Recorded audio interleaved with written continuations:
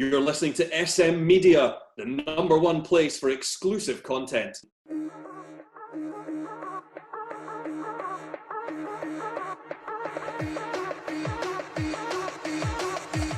Hi everyone, and welcome to the Day 7 review of our SM Media Euro 2020 show. I'm Scott McPike, delighted to be your host as always.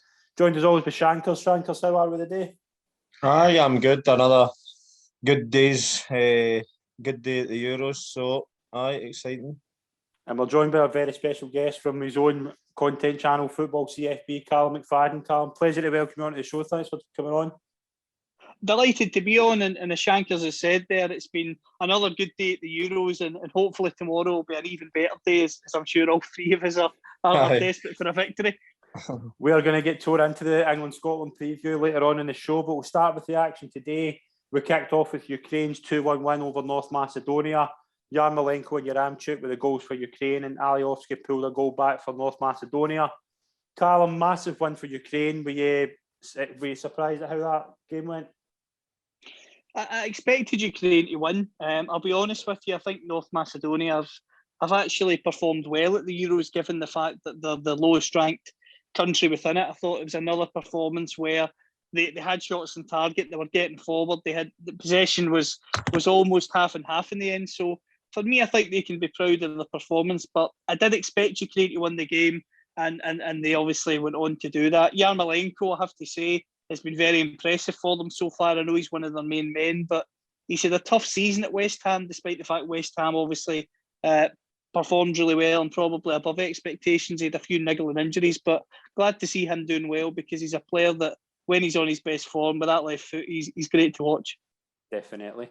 Shankers, are you surprised at how this result went, and do you think North Macedonia have been quite unlucky in their 2 games so far?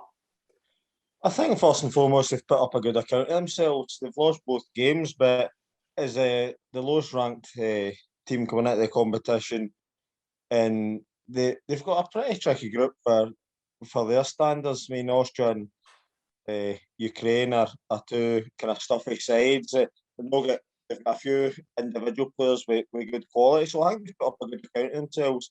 I did see Ukraine winning this one, to be fair, and it sets up for a good last game with Ukraine and Austria. I know we were talking in our group chat, and Rory says he can see what result is going to happen a mile away in that game. Both points, maybe see both teams through. So I don't know if there'll be a wee gentleman's agreement there, but that should be an exciting game. I think I'm sure we'll come on to it. Netherlands are looking good for top of that group anyway. Aye.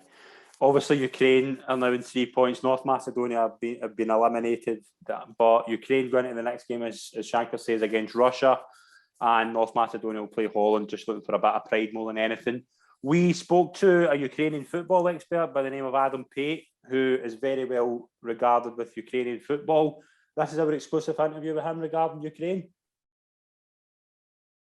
So we're joined in this portion of the show with the Ukrainian football expert, Adam Pate. Adam, welcome to the SM Media Euro Football Show. It's a pleasure to welcome you on. Cheers, Scott. Thanks for inviting us. It's always great to talk about Zabina. Brilliant. What a great day to do it. Definitely. Big result for Ukraine today, obviously beating North Macedonia 2-1, puts them back into the driving seat to qualify. How big was that result after the Holland game? Not only because of the Holland game, but, Ukraine now, it was a sort of 6-game losing run that we'd been on since 2012, and we've snapped that, which is huge to get that monkey off the back. The Holland game, we got the goals, first goal since 2012 again. Another great to get that unwanted record gone. Now we can focus on being what we're good at, which is playing football and playing some nice football as well. So it's, huge win. Second half, very disappointing performance. There's a lot of concerns about the team, but the victory is most important, and hopefully, touch wood, round of 16. Get out the group for the first time, be a huge success. Yeah, definitely. Obviously, they went 2-0 up, and was there a bit of kind of overconfidence that the game was won, and did they let kind of North Macedonia get back into it?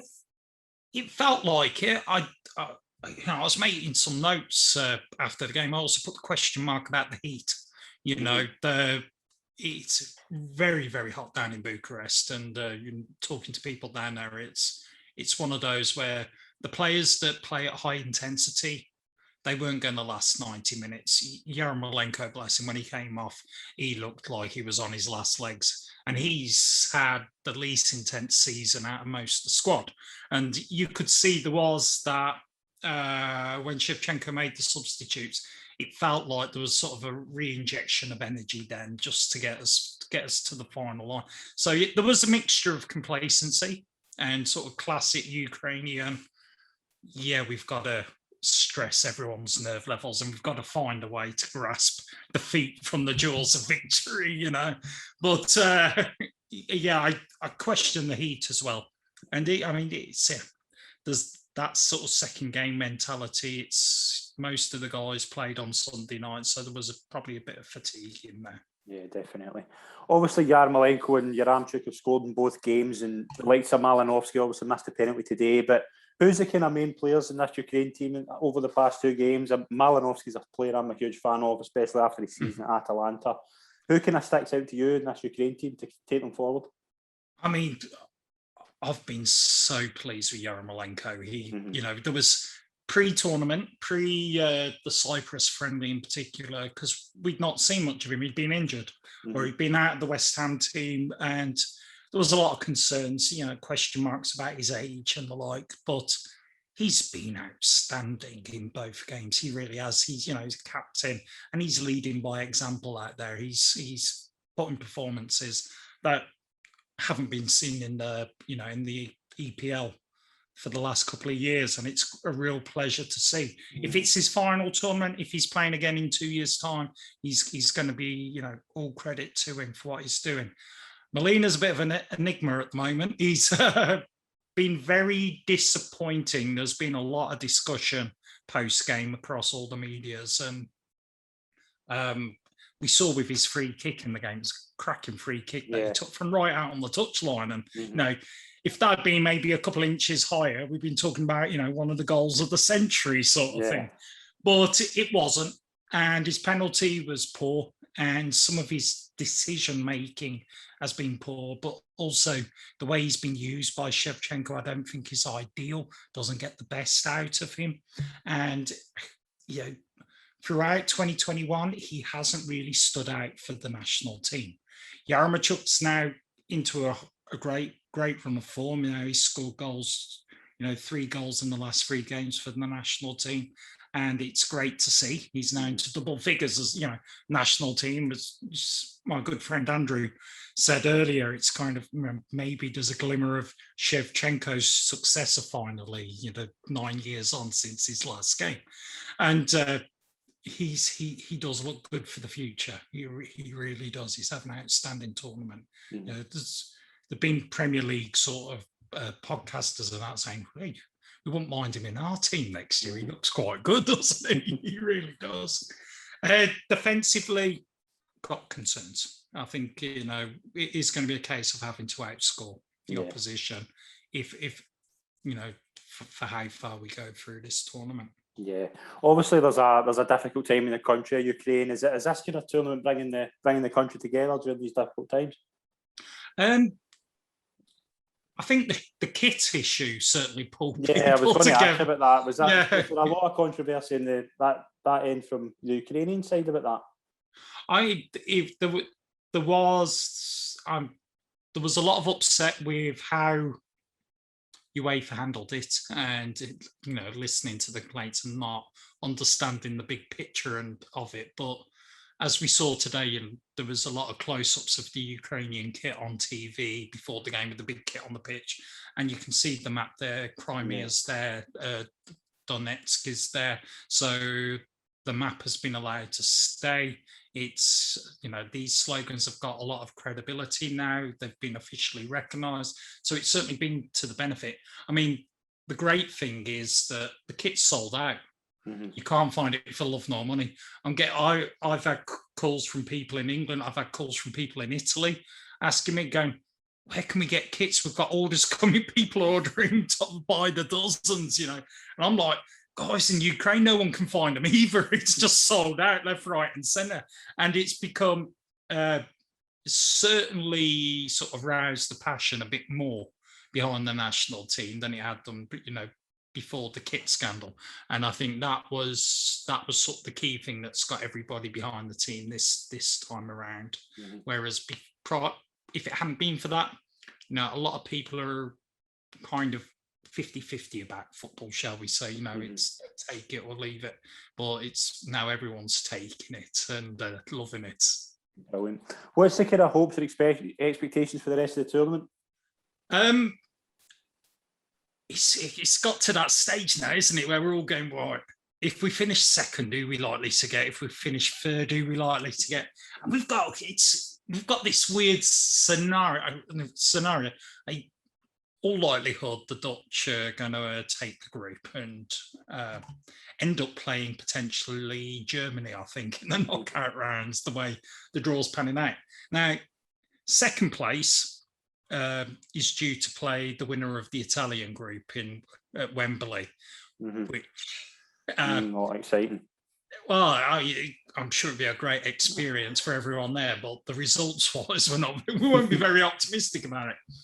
And weirdly, if we finish third and we're one of the top 4 third places to go through, it's either the winner of Group E or Group F. Now, that's Group E's Spain group, and Spain don't look that hot, do they? Yeah. And there's even a chance Slovakia could end up winning that group. So you're thinking, hang on, if we finish third, we could end up with a game in Glasgow against Slovakia. If we finish second, we could have to go to London and play Italy. And let's just say we get to the round of 16 is the expectation. The hope is a reasonable draw. And then if we get to the quarterfinals, that would be absolutely fantastic. Brilliant. And, once you get to that, who knows? Who knows? Definitely. Final question. Obviously, Andriy Shevchenko is the manager. Very, very successful player, particularly with his country and at club level. What's the thinking with Shevchenko? Is he going to kind of stick around after this tournament? Is there a lot of plans for the future with him?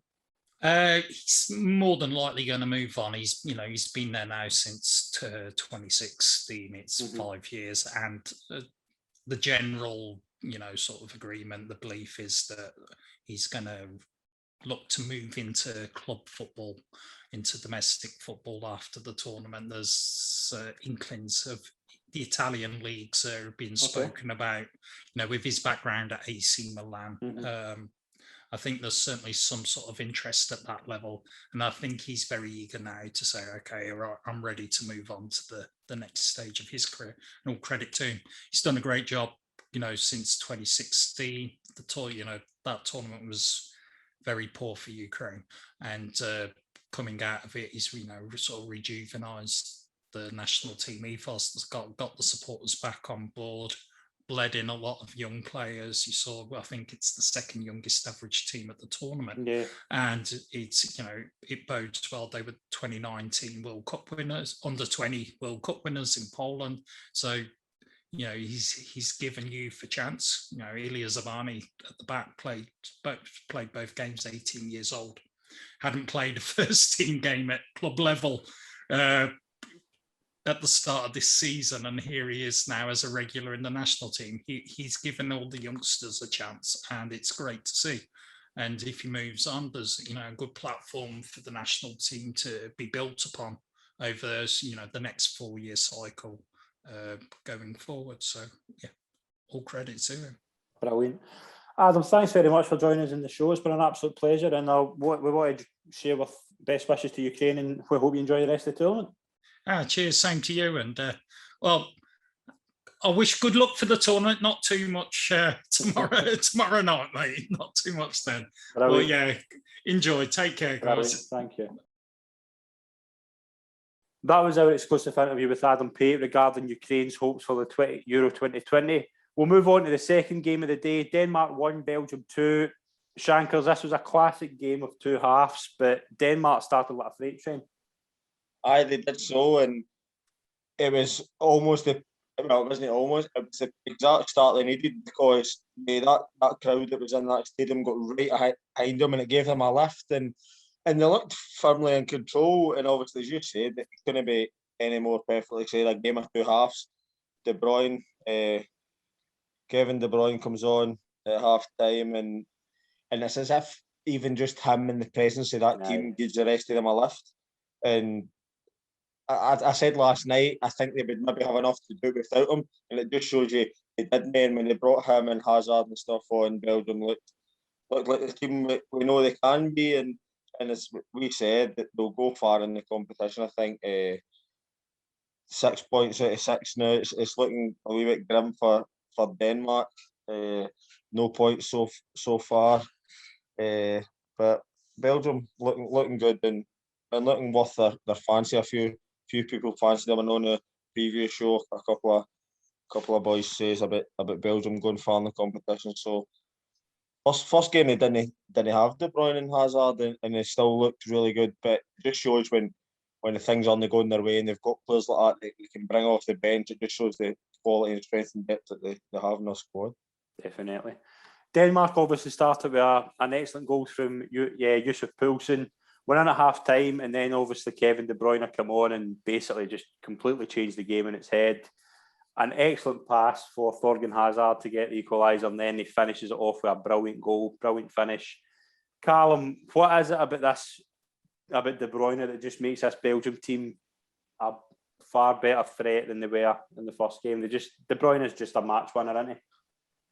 He is. You're spot on. He is a match winner, and I think what makes Belgium better when he plays, even Manchester City, his club team when he plays, is the fact that even if he's got a man close to him, he's willing to take the ball in tight positions. He's willing to take the ball anywhere really across the midfield. He's happy to drift whenever he can, and he can deliver an expert ball from whether it's a wide channel or whether it's from a more central area over the top or diagonally. So he's the sort of player who any team in this tournament would love to have. Belgium have obviously got him.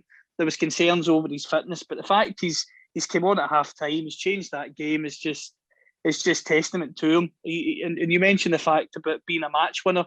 He controls the tempo of a game, and that's something that not many players can do. And even if he's not scoring or assisting, he can speed up Belgium's play or he can slow it down. And that's something that will be a dangerous weapon as they go further in this tournament, because he's the sort of player that you look at Luka Modric and the impact he had when Croatia got in the World Cup final in 2018. De Bruyne is the Modric. He's the guy who, as I say, can speed it up, he can slow it down, and when he needs to get involved in the action with a goal or a crucial assist, he can do that as well. So with him fit, they'll absolutely go far, and I don't think many teams will want to come up against them. Belgium will be looking to complete their group with a 100% record. They play Finland in St. Petersburg, whereas Denmark take on Russia, which could be a crunch tie that could seal the group. Shankers, do you give Denmark a chance to qualify with home advantage? Shankers, Denmark have got the advantage in their final game against Russia, whereas Belgium play Finland in St. Petersburg. Do you think Denmark could potentially take advantage of that home crowd and get through to this last 16?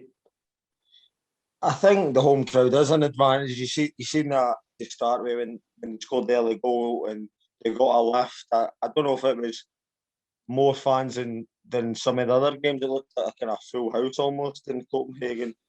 But as I was saying before, Denmark's got no points. It's 3 points. Is that enough to get you through?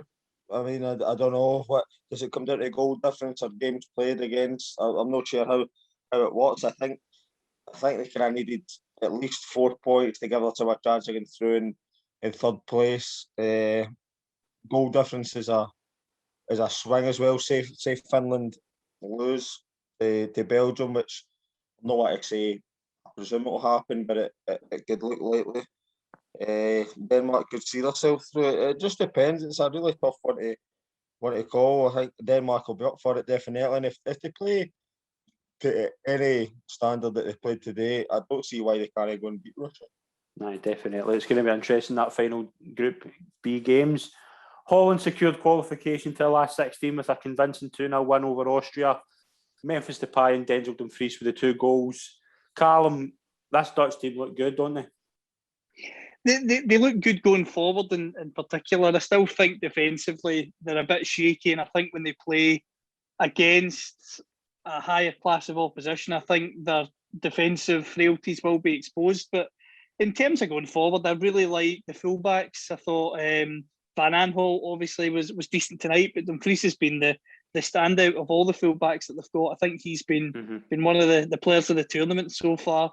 Obviously, he missed a sitter in the first game, but I thought he was really good tonight. Again, chips in with a goal, which you're absolutely buzzing with from your fullbacks. I just think defensively they will be exposed against better opposition. But at the same time, if they can keep scoring 2 goals or 3 goals a game, then they might just give themselves a chance of at least going to extra time against some of the better teams, or beating them in the 90 minutes, which is the main thing.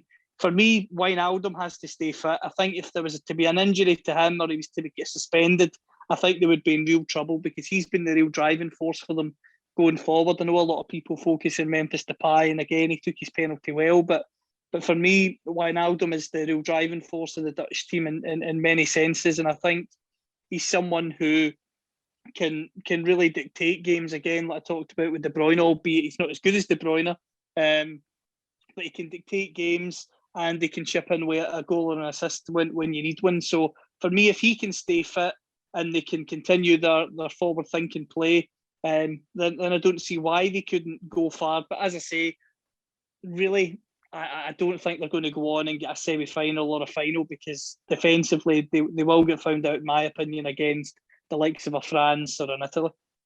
Shankers, what's your thought on this Dutch team?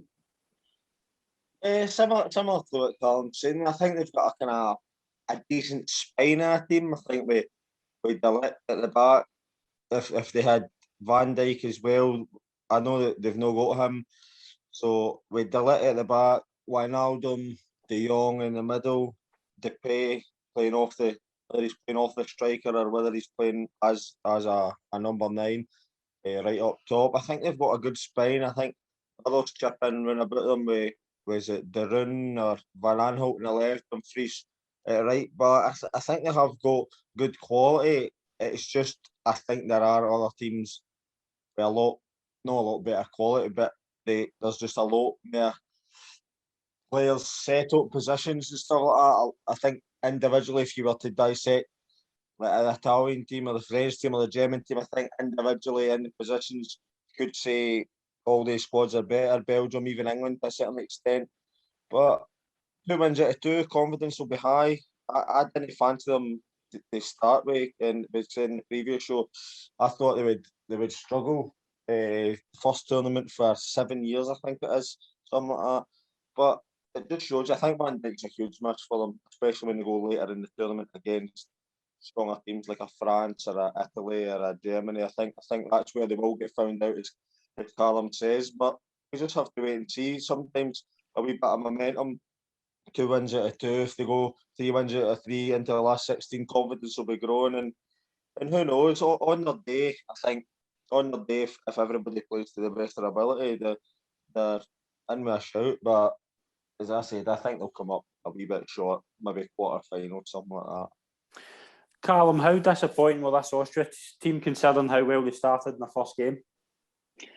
Very disappointing, Scott, and we spoke off air just before we came on about the fact that David Alaba, of course, is a phenomenal footballer, a world-class player, but he really is their main creative player in many senses. I really rate Marcel Sabitzer, who obviously plays at Leipzig. I think he's a player who has shown in European football and domestic German football that he can pitch in with goals and assists, but he's just not done it in this tournament so far. He's not looked threatening for large parts of games, and Alaba, from the heart of defence, you've seen it at 70-odd minutes in tonight when he goes forward and he has a right good effort, that albeit just goes by the post and obviously doesn't go on target, but it was the most threatening they were all game.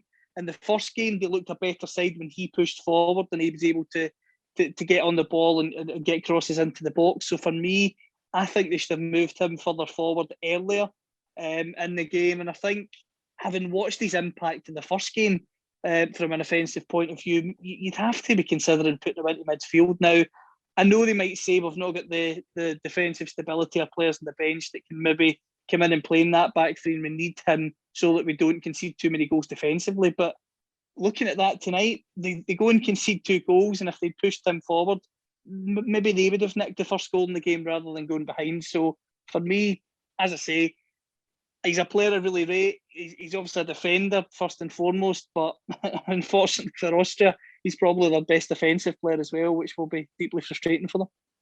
See, a thing I noticed, with teams like Austria and Ukraine to a certain extent, Zinchenko is probably one of Ukraine's best players, and I think because of that, they're like, right, we'll have to stick him in the middle of the park, kind of the heart of the team, and you feel that with Alaba, he's maybe not getting to play to the best of his abilities because they're trying to stick him in the middle of the park or that, where because they've not really got anybody in there. I always find that with teams with maybe one or two standouts, they try to stick them, maybe see if it's a tricky winger with a bit of pace, they'll stick him up top, or if it's a good solid maybe a full back or that, they'll stick him in the middle of the park. I don't know if they feel because he's the best player that they'll stick him in the kind of one of the main positions. I don't know if they, but I always find that kind of takes a wee bit out of their game because they're playing out of position, if you know what I mean. But it's a tough one with the teams like that. Austria, I mean, as Callum said, David Alba's the best player, but he's not playing balls into Lewandowski and Muller and playing with people like Kimmich now. And you've got to feel for them a wee bit, to be honest. But they've got 3 points on the board as well, so they'll be fancying their chances going into the last game against Ukraine. That'll be a good one to watch, I think. Aye, they will that. Just on that point there, I think that's a great point, Shankers. I mean, you think of Scotland as well when we were experimenting with formations to try and get the best out of Tierney Robertson, and there was talk of playing Robertson as a left winger, and as we see, eventually breaks down because he's someone that likes to get on the ball from deep and drive, and when we tried that, it didn't work. So I think that's a great point that maybe for some of these coaches, because with all due respect to teams like Austria, they aren't able to command the best coaches in the world. So they've maybe got a domestic coach who's doing quite well in the Austrian league, and they're thinking, right, I've got this world-class player, what can I do with him? Right, I'll make him the engine room, or as you say, if it's a winger, I'll put him up top, make him the main talisman. And although on paper it might look good, in reality, these guys kind of at times can look awkward. And although they might produce a wee moment or two of magic, eventually you just think, right, stick them in their natural position, try and get them on the ball as much as possible and do it that way. Because when you try and make them the star man and pigeonhole them into this superstar role that they're maybe not used to, it doesn't seem to work. Aye, definitely. You just don't get the best of their ability rather than just stick them in their natural position, and maybe it'll bring other ones into. The Robertson point's perfect. It's just so unfortunate that we've got Tierney and Robertson, probably two of the best players in the position in the league, if no Europe, and they're both in the Scotland squad. You wish sometimes you would get them 5 or 10 years apart so as they can play. One can succeed the other one. We'll move on to tomorrow's games. We'll start off at 2 o'clock where Sweden take on Slovakia. Shankar, Slovakia are the main team in the group now. They're obviously top of the group with the win against Poland. Sweden will be looking to get a win here, won't they? I thought Sweden were actually not too bad against Spain the other night there. I mean, if you offer them a point against Spain at the start of it, they were a bit your hand off for it. It's probably the best chance of the game, and the boy Isaac is cut it back to, I think it was Marcus Berg, and it was actually harder to do what he done and put it in the back of the net. So I probably feel a wee bit hard done with it. They never come away with 3 points, but on the flip side, Spain had a lot of possession against them. And see, when you've got that amount of possession, you need to be able to put the ball in the back of the net. You can't. There's no point having 80% possession if you're not going to come away with 3 points. To be honest, I would rather have less possession and be more direct. But Sweden is another team. They're always there or thereabouts. They always get to last 16, sometimes quarterfinals of tournaments. So they're a stuffy team, and the big boy up front, that's Sociedad. He's doing really well for them, and I think with Abramovich not being able to play in the tournament through injury, I think he's kind of stepped up. Mm-hmm. Whereas it's a big blow with Zlatan not being at the tournament, but the boy stepped up and he looks a right player, and he'll be one to watch, and there'll be plenty of teams keeping an eye on him at this tournament if he keeps their performances up. Definitely. Callum, how do you see Sweden-Slovakia going? I actually fancy Sweden to get a win in that game. I agree with what Shankers is saying in the sense that I know people are talking about them against Spain, but I think that's the sort of game that if you are Sweden, you've got to dig in and you've got to to do your best to stay in that sort of game. I know Spain maybe under the Spain that they were in the past, and a lot of people are talking about them not having that elite striker that they once had years ago to really help drag them over the line. But I think a point against Spain's a really good result. And as I say, I fancy them. Isaac is always a handful. And again, spot on in this point that if Ibrahimovic went to the Euros, we talked about the head coach there, Austria, he'd probably be the first name in the team sheet, even though maybe Isaac could be the better option in terms of tournament football with the physicality and the pace that he's still got. So I think it's a great opportunity for him. And I think the Slovakia game's a great opportunity for Sweden as well, because they've got a point on the board, win this game, and you can put yourself in an excellent position, because obviously 3 are going through from 4 groups.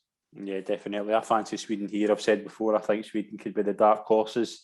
Great point against Spain. Slovakia, obviously, they're coming off a really good result against Poland, but I can see Sweden taking advantage of a point against Spain and going on to win this game. So I'm going to go for 2-0 Sweden. Shankers, have we got a prediction before we move on? I think it'll be similar to the Spain game. I think it'll be pretty stuffy. Slovakia's got some good quality in their side as well, and the spirits will be lifted with 3 points against Poland, and they'll fancy themselves. I think in their position they've probably got the kind of best fixtures, kind of going with Poland and Sweden first before Spain in the last one, to try and maybe get 4 or 6 points out of the 2 games, and then Spain one kind of takes care of itself almost. You're not expected to win, so anything else is a bonus. I think Sweden will nick it 1-0, and I'll go Isaac, to be honest. Brilliant. We'll move on to the game at Hampden in Group D. Croatia versus Czech Republic. Callum, firstly, how do you want this game to go? And secondly, how do you think it will go? How do you want it to go? Because we lost to the Czechs, it's $1 million question. You think, do we take this game as a draw, and then it gives us more of a chance? But then again, you're thinking like goal difference, etc. For us, obviously, depending on how tomorrow goes, I think really you're probably, in all honesty, wanting to see the draw, and then there's part of you going, well, maybe if the Czechs win, you maybe focus on England and then Croatia and focus on getting that 3rd place. So I think a defeat for Croatia maybe puts them out the reckoning, maybe deflates them, so that if we can somehow get a positive result at Wembley, that we can go into that game with something really to play for, whereas Croatia could be completely deflated with 2 defeats in the bounce. But overall, a draw probably seems like the result that helps us, in the sense that if both teams draw tomorrow, you're back in England, hopefully, to beat the Czechs, and it might bring us back in if we get a positive result and then do something against Croatia. So probably a draw, but then again, maybe a Croatia defeat wouldn't be the worst thing.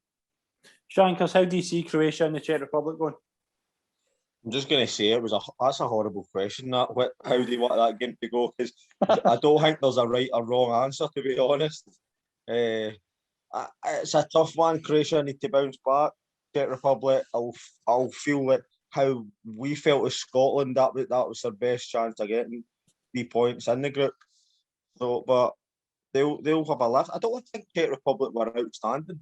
No. Against Scotland, like 2-0, maybe it looks as if they've played really well. I think they managed the game well. I think they took their chances, which they had to. Scotland were probably unfortunate not to score a goal or 2. So I think if they give like Croatia and England in the last game chances like Scotland gave them, I think they'll get punished.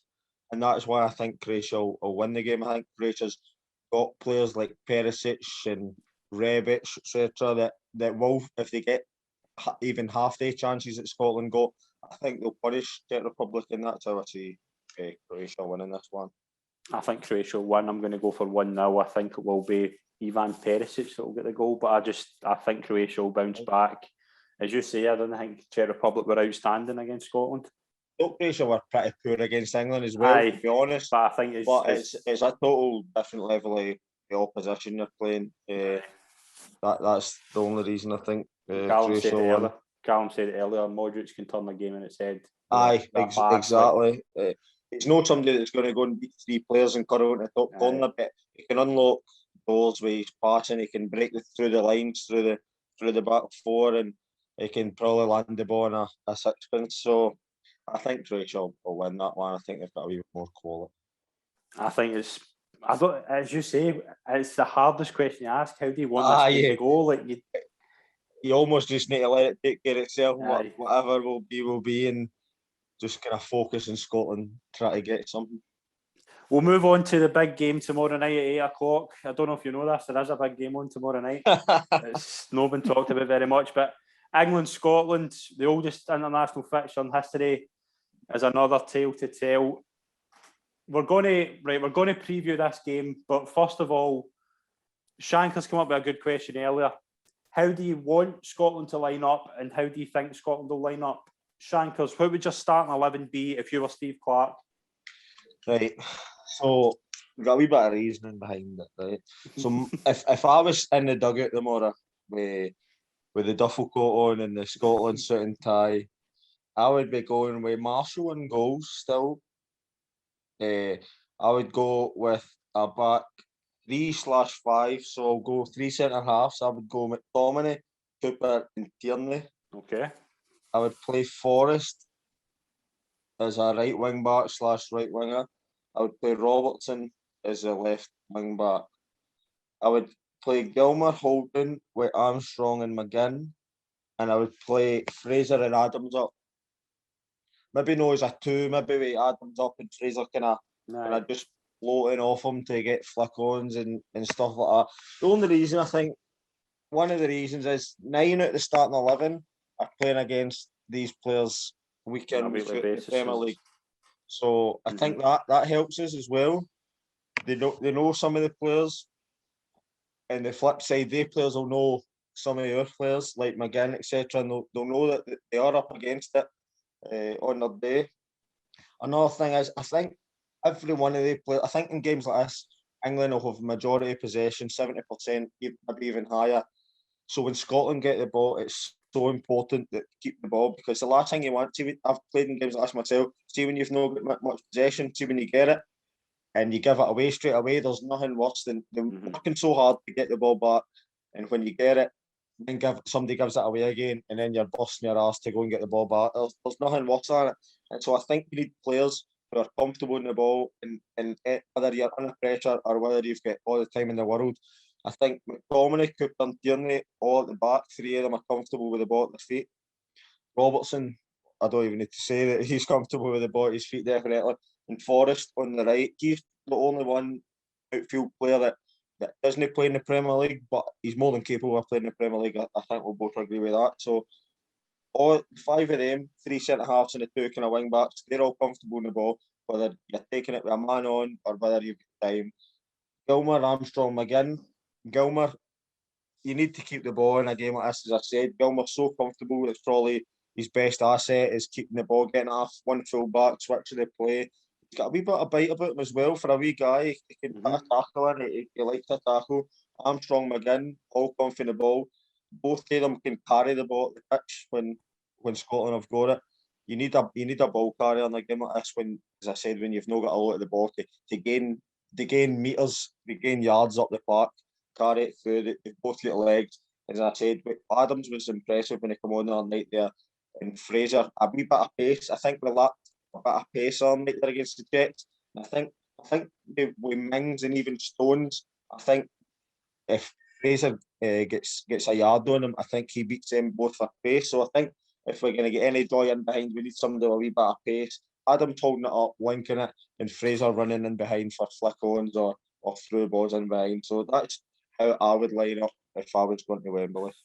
Callum, if you were Stevie Clarke, what would you do? In terms of that team that Shankers has picked, I would agree with the goalkeeper. I would also agree with the back 3/5. In terms of the middle of the park, I think maybe it pains me to say it because I think he has been out of form for Celtic for a long part of the season, but I think I'd maybe put McGregor in there for being that more defensive option ahead of Armstrong. I think Gilmour absolutely has to start. McGinn has to start. I think McGregor will come into Clarke's thinking. I think for me, Clarke will start him tomorrow. I think if I was picking the team, I'd maybe be tempted to put him in or Turnbull in rather than Armstrong personally. And in terms of the 2 up top, I think I think Shanker's reasoning for Adams and Fraser's very good. Again, if it was me, I'd be tempted to go for that, but I think Clark will definitely go with Dykes and Adams personally. So in terms of that team, as I say, I wouldn't be making too many changes. I would change Armstrong, in my personal opinion. The rest of it I'd be happy to keep. If you were to ask me what I think Steve Clark will do, I think O'Donnell definitely starts. I think McGregor definitely starts, and I think Dykes definitely starts for Steve Clark. And I actually think Hanley will start at the heart of that back 3/5 as well. I think that's the 4 changes to the teams that Shankers and I are talking about from what we would do. I think that's the changes that Clark will make. I've got in when I've wrote what I think Clark will do. I've got O'Donnell in. I've got Hanley in instead of where McTominay was, and if McTominay's in for where Gilmer is. I've put Armstrong playing off Adams and Callum McGregor's in my team as well, because I think he'll play them. Or I think Scotland were kind of dead in their feet the other night there, and it's no like McGinn and McTominay and Armstrong, because that's probably one of their biggest assets is a leg. But I thought McGinn was really tired. That's probably the first time I've seen him with maybe 20 minutes to go and he looked burnt out. He's normally chasing lost causes at 90 minutes. His manager's probably going off his head for like, why are you running like that? But I think it's just his game. I think Callum McGregor will play tomorrow as well. I'm not saying a game like this suits him, but because of the opposition. But I just think he's nippy. He'll get in people's faces. He'll bite at their ankles. And plus, Callum McGregor's got quality when he plays on the ball as well. He's a good centre midfield player, and I think he'll definitely play in Steve Clark's team tomorrow. I think the team's going to be. What I would do first, I would play Marshall. I would play a back 3 of McTominay, Hanley, Tierney, Forrest, Robertson, wing back, and I would go with McGinn. McGregor, Gilmer, and I would play Adams and Dykes up front. What I think Steve Clark will do is I think he'll play Marshall. I think he'll be a back 3 of Henry, Hanley, and Tierney. I don't think Jack Henry done a lot wrong the other night. No, I mean, I think people blaming him for the goal. He could have slipped it out wide, or he could have maybe clipped in the ball. I think they could do that again 9 times, and the ball wouldn't break exactly the way it broke. It is maybe a bad decision at the time, but I think it was a bit unfortunate the way the ball broke. It broke perfectly for them, and then Marshall's out. So I think he is a wee bit harsh if he gets put out of the team. But I think see when a defender gets took off in a game and they're like a tournament of football or whatever, I think when the defender gets took off, obviously had to go for the game, so he's took a defender off, put forward on. But 9 times out of 10, the one that comes off, you don't see them like reappearing in the next game, especially as it's so soon. But who knows? I think the biggest certainty of the day is Stephen O'Donnell will play right wing back. I think he will play. Clark's a wee bit, maybe, I don't know if stubborn's the word. I think it's exactly the word. See how like people are coming out and criticising him for his performance, and whether it's right or wrong, I think Steve Clark's one of the ones, right, well, I'll almost make a point and I'll play him again. Same with Marshall. I think Marshall would have played anyway, but people calling for him to be dropped or whatever, it's his fault for the goal, whether it's right or wrong. But I think Steve Clark's almost like that, like he trusts him. Aye. And in the qualifying and stuff like that, O'Donnell done no wrong or gave Clark no reason not to trust him. I just think the other day there in a game, I think he just looked a wee bit out of his depth, and that's the only reason I would change it. I think when you're playing with wing backs and you've not got any attacking wingers, I think you need your full backs to give attacking qualities. And Robertson's obviously got that in abundance. I just didn't think O'Donnell offered as much attacking wise down the right hand side. And as I said, when he's not got maybe if they were playing a 4 and they had a right winger in front of him, it'd maybe do better because he can give the winger the ball and the winger does that job. But I just think you need to have a wee bit of both, and that's why I would play Forrest, but I do think O'Donnell start. I think O'Donnell, Robertson starts in the wing back positions. McGinn, McTominay, McGregor will play in the middle of the park. I think Adams and Dykes up front. I think I think we're all kind of pretty much agreeing on that. Callum, and from an England point of view, what are we hoping that England? How do we hope England set up? I hope that Harry Maguire comes back into the England team. I know Maguire said he's fit. Southgate's confirmed he'll play a part in the game.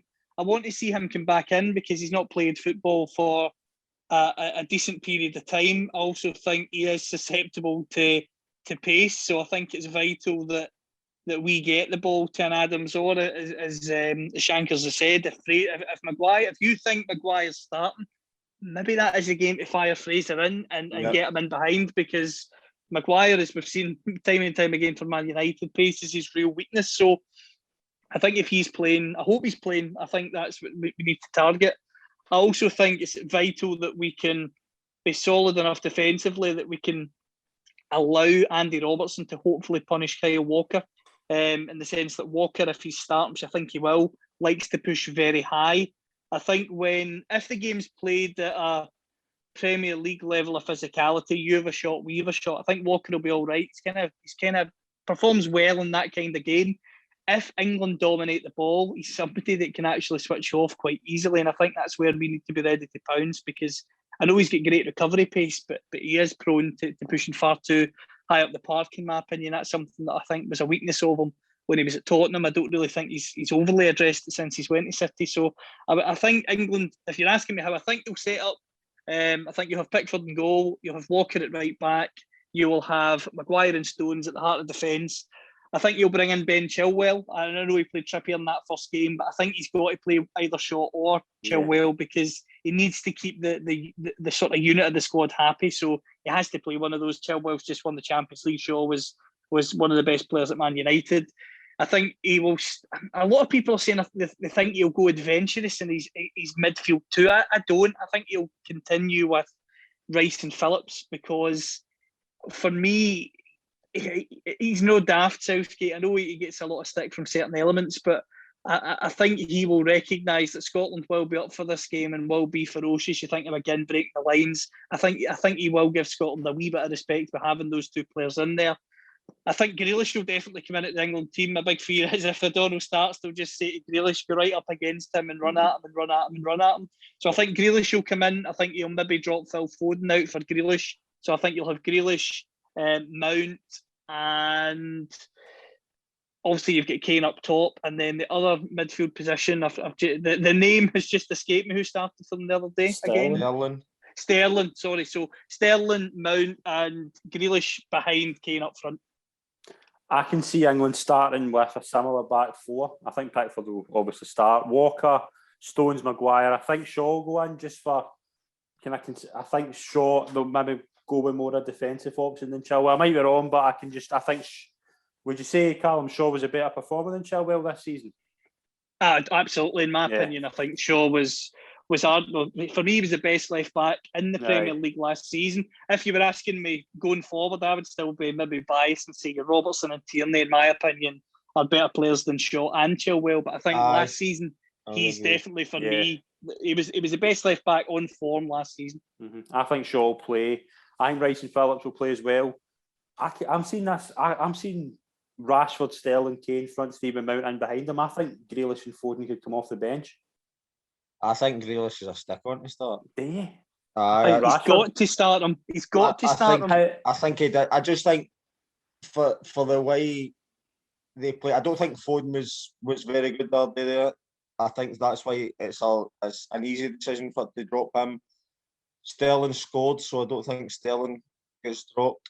I think Grealish either play, Sterling maybe go to the right where Foden was, Grealish play in the left, or Grealish will play maybe in front of the two where Mount played the other day there. Grealish played in both friendlies and all. I think he was very harsh to be dropped in the game. He's been saved for this game. I think this game suits him to an absolute T. He's so good with the ball. I was talking about McGinn and Armstrong parrying the ball forward. Jack Grealish, he must be a nightmare to play against. You don't know where he's coming in, where he's going out. He can parry the ball, he can just pop it around a bit. He's so good that I think he's one of the best in the league. And I think he's a stick on to start tomorrow, to be honest. It's him behind Sterling and Kane feeding the balls through. He'll take the ball. He's one of the players that's he's so confident. He'll go and take the ball anywhere in the pitch. I think he definitely plays tomorrow. Callum, why are you so confident Grealish starts? I just think with Southgate, there's been talk that there was a wee bit of needle between them when they were at the under-21s. He took ages to call him up, and then I think since he's been called up the England squad, he's been man of the match. And actually most of the games he's played. He played in the 2 warm-up games. Croatia, I can understand why he's played Foden, obviously coming off the back. I know he lost the Champions League final, but coming off the back of that, maybe more match fit. He went for the Gaza haircut, give him the chance to maybe put himself in the front of the papers for the right reasons. By scoring the goal, obviously, it doesn't do that. I think Grealish is the sort of guy that you bring in terms of his ability to carry the ball, but even just in terms of personality, he's the sort of player that backs himself. He's very confident in his own ability. This is a sort of game where you need a player with a big personality who isn't going to be overawed by the occasion. And for me, Grealish, it pains me to say it, but I think if I was picking that England team, he'd be my first name in the team sheet for this game. I think he's got that personality to take the ball in any position, and if he's up against someone like an O'Donnell, he'll be relishing that battle all day long, because he's someone who can create something out of nothing, and I just think he has to start from an England point of view. If that's who, if you're an England fan, for me, you want him in that team sheet, because, as I say, he's got the personality to take this game by the bull by the horns. And I think, for me, I hope he doesn't start, but I think he'll be the first name in the team sheet for a game like this. I think Southgate could bring a few changes, to be honest. You've got to remember, I know heat and all that is a factor. Again, they've got 3 games in 7 or 8 days or something like that as well. I think that's the reason why they've got a big squad like that. And England are similar to the other top teams. You're bringing in like for like, Grealish for Foden, Mount for Bellingham, Sterling for Rashford. It's like for like. I think England could play a lot of different formations and combinations, and the team would just be strong. So I think that's one of the things that they're blessed with, is ability in all the positions, and that's why I think it will change it the more. Whether Henderson even comes in, Jordan Henderson could come in. I'll not be for Phillips, because Phillips was a stick out the other day. I actually did him a wee bit of disservice. I didn't realise Calvin Phillips was as good as he was the other day. Whether he tried to use Rice for Henderson, I think Maguire will come in, and I think one of the left backs will play as well. So it's going to be a tough one. As I said, no matter who plays, it's going to be really, really tough for Scotland. They've gave themselves an uphill battle losing to Czech Republic, but I don't know. Let's just go and enjoy it and see what happens. Sometimes when there's no pressure on them to do anything, the strangest things happen. Callum, how do we see the game going? Heart says we're going to win by 1 goal, whether that's 1-0 or 2-1. Unfortunately, the head says I think England over the piece in 90 minutes will be too strong, and I think they'll win by 2 goals. I think they'll maybe win 3-1, because I just think when you look at England's bench and you look at the options that he's got to sort of bring on. I mean, you look at the bench for that Croatia game. I know obviously we're talking about Grealish starting, but say he went unchanged, you could have Grealish coming off the bench, Rashford coming off the bench, Bellingham coming off the bench. Even guys like Calvert-Lewin who've scored goals at a high level. I think he's got plenty of options that he can use to change the game. I think he's able to change formation within game as well due to the personnel he's got. So I just worry that we talked about the importance of Tierney the other day. The fact that when you found out he wasn't in the team, your heart sank a wee bit. England, for me, they've got so many options that if you woke up tomorrow morning and you heard that Declan Rice was at the team or Walker was out the team, I don't think it would overly change England fans' minds. I think they've got enough strength and depth to be able to cope with that, whereas we really don't. I mean, if we woke up in the morning and found that Robertson wasn't fit or Tierney, then again you'd be panicking, or McTominay. Yeah. So I think it's important to remember that this England side is a really good side. I think we can cause them problems. Head tells me they'll have too much for us, but heart tells me we're going to win by the 1 goal and we're going to shock people. Shankers, what's your thoughts? Similar to Callum, I mean, you've got to that's the good thing about, obviously Rangers is my club team, but the good thing about Scotland and following Scotland but supporting Scotland is you've got that element of the underdog story in tournaments or whether it's trying to qualify. So you've got to be a bit optimistic in games like this, or what would be the point in actually watching to start with. I think we can cause them problems. I don't think their defence is Stones had a great season, but I think towards the end of the season, he kind of started like falling off a wee bit. As Callum said, Maguire's no played a lot of football recently. Shaw is at the top season, but I still think he can be exploited at times, and Walker as well. So I think if there is any chance at a result, I think we need to exploit the areas, and whether it's Fraser starting or whether it's getting balls in the box to Dykes and playing off second balls, or just being very physical up there with Dykes and Adams. I think their goalie isn't the strongest department either. I think whether you get balls on top of him for crosses or corners, or even try and get a few shots away and test them, I think it's going to be tough. But I'm a bit like Callum. My heart says we can win by the odd goal, or even get a draw. My head says England are just too strong. Say we go to half time and we're up by a goal, or it's a draw and England aren't playing great. They can make three changes like that. No. And bring on, say they're unchanged, and bring on Rashford, Grealish, even Calvert-Lewin or Henderson or Bellingham. I mean, we've just no got that fortune, to be honest, and that's the thing when you're up against these teams. Although it's the old enemies, as saying in a big kind of rivals match, you've got to give them a bit of respect. They are a top side, and it's going to be difficult. My heart says win by the odd goal or a draw, but my head says England could be comfortable, and maybe, as Callum says, win by 2 or 3 goals. I just don't want to sit in and be negative and still lose 1-0. I know you don't want to go and get cuffed, but I think I would rather Scotland went and had a bit of a go. I don't want to get 1-0 and say, oh, I wish we had a goal, or I wish we had done that. I think it's a one-off tournament game done in England at Wembley. But why not go for it and throw everything at it and leave no regrets in the pitch, and that's all we can ask for. Final score prediction, Shankers? I'll go 1-0 Lyndon Dykes header. Massive call for Mark Shankland. I would love to be sitting here in 24 hours' time with a big grin on my face saying I told you so. Callum, what's your final score prediction for tomorrow's game?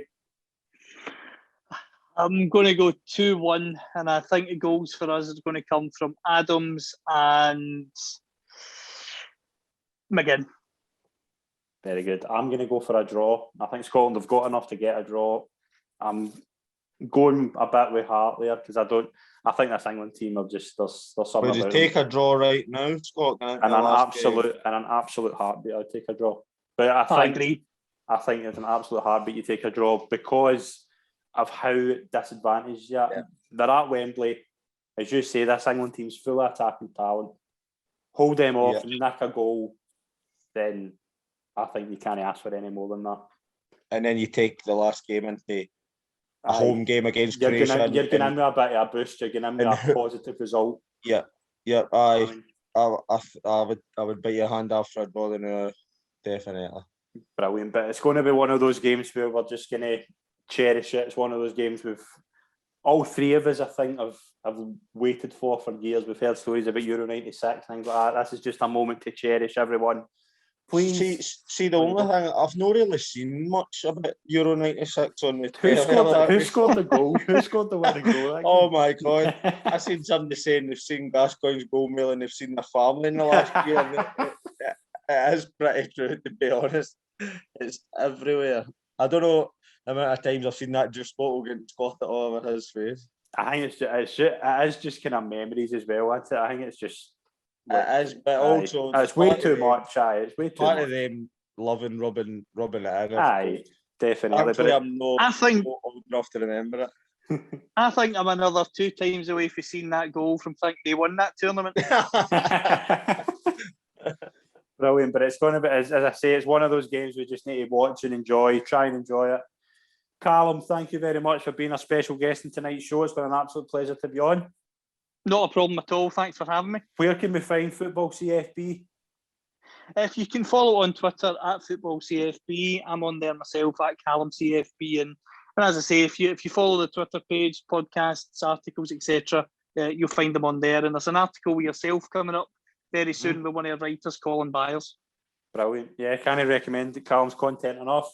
Shankers, absolute pleasure as always. No, pleasure's all mine. As I always say to you, talking about football is a good passion of mine. So I know sometimes you can't get me to shut up, but it's just because I love it. Brilliant. Thank you very much for watching and listening, everybody. As always, we will be back tomorrow night with our first review of the Scotland-England game. Tune in on all our social media accounts and follow us on YouTube. Thanks very much, everyone. We'll see you soon. Cheers. Thank you.